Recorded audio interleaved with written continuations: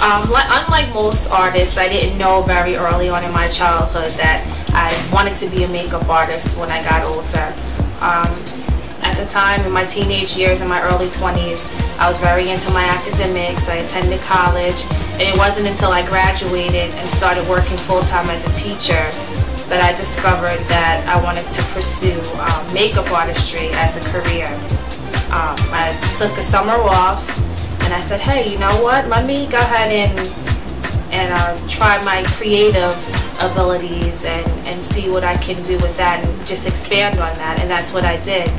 So I enlisted into a makeup artist course at Libs in Manhattan, New York, and it was a 3-week full-time program, and that's what I did, and that's where my passion for makeup began.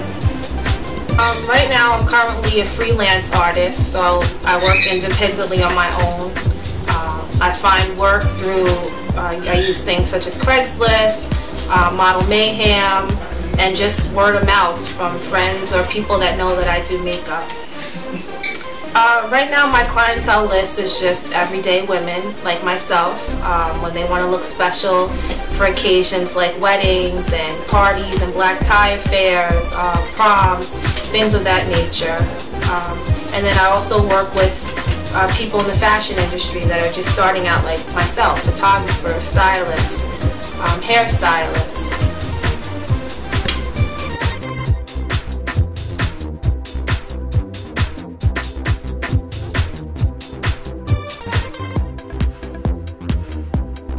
I've been doing makeup professionally for about 7 years now, and I'm always learning something new. You know, it's learning is not a learning is an ongoing thing, I should say.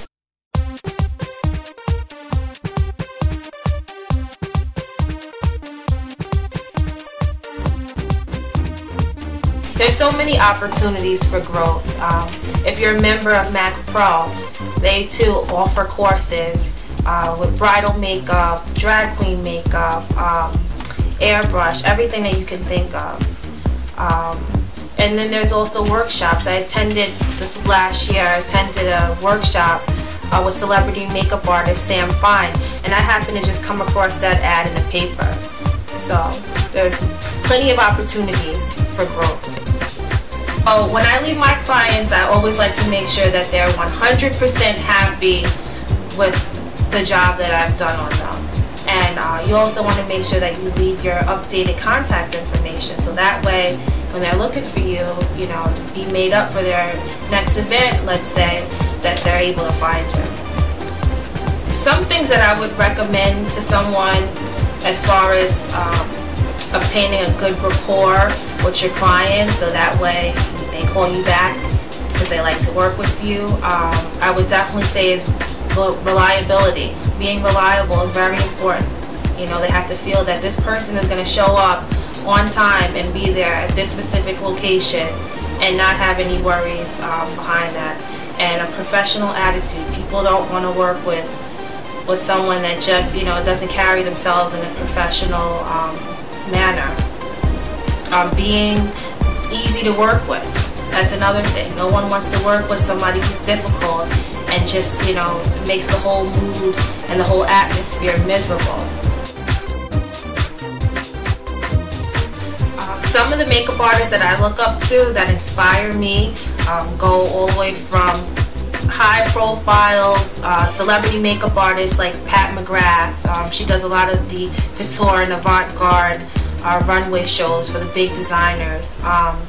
Mario, which is a Kardashian's makeup artist. I love the looks that he creates for them.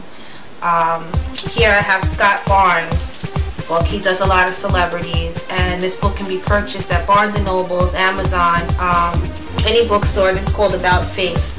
This is great. He tells you all about how to sculpt and highlight and contour the face and really bring out, you know, your bone structure, or fake it if you don't have it. Sam Fine, I love the looks that he creates for ethnic and African American skin. I actually attended a workshop of his, and he was just so personable and so welcoming. I really truly enjoyed myself at his workshop. Here's my collection of books, and I find that I'm constantly going back to these things as reference. So I'll share some of the books that I have here. Kevin Aquan, if you're into makeup, this is a name to know. And he has several books that are out and available. He has a lot of celebrities in here that he has featured in this book. Essence, Beauty Basics and Beyond. And this book has a lot of information in here as far as skincare regime. Scott Barnes, as I mentioned before, he's a big-time celebrity makeup artist. The name of his book is About Face.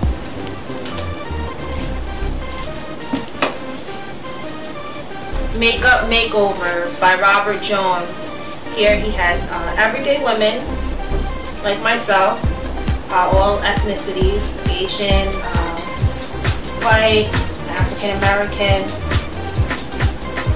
and he just has basic everyday makeup looks for different skin tones. The Makeup Artist Handbook. And here, if you're interested in airbrushing, this talks about airbrush techniques. Bobbi Brown Beauty, who also has her own line of makeup, and she has several books that are also available.